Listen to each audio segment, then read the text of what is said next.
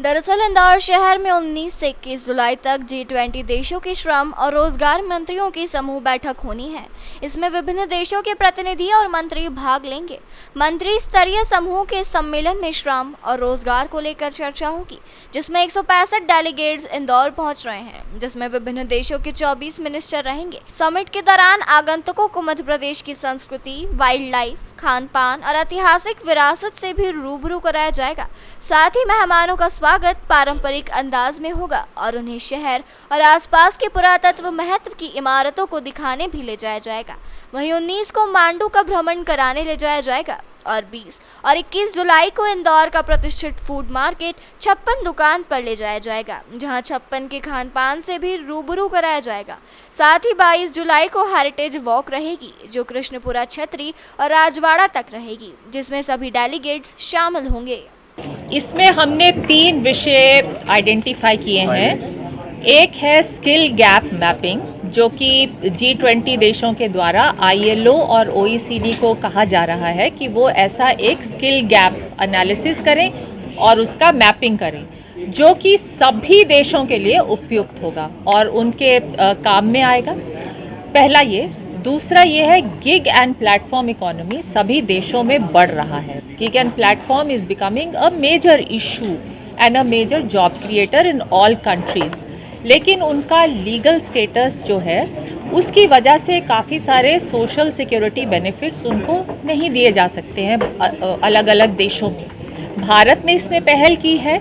हमने अपने social security code में गिग एंड प्लेटफॉर्म वर्कर्स को डिफाइन किया है। हम शायद we were the first in the world to do so, give a definition for what is meant by gig and platform work. और उनके सोशल सिक्योरिटी के लिए भी सोशल सिक्योरिटी फंड का प्रोविज़न है सोशल सिक्योरिटी कोड में।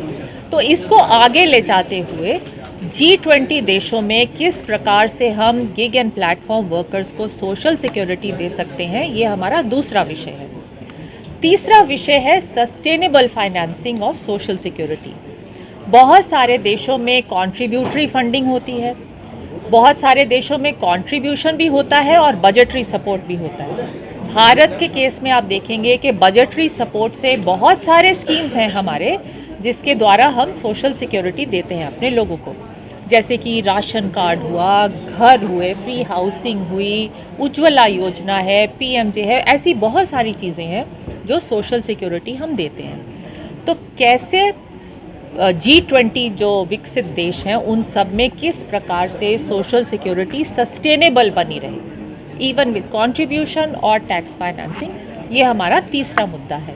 और इन तीनों मुद्दों पर बहुत अच्छी हमारी आपस में चर्चा हुई है, सबके बेस्ट प्रैक्टिसेस शेयर किए गए हैं, इंटरनेशनल ऑर्गेनाइजेशंस का भी हमने इनपुट लिया है और बहुत अच्छे से एक उभर के आया है, एक कंसेंसस उभर के आया है। G20 में 20 राष्ट्रों के, उसमें EU का भी एक राष्ट्र माना जाता है।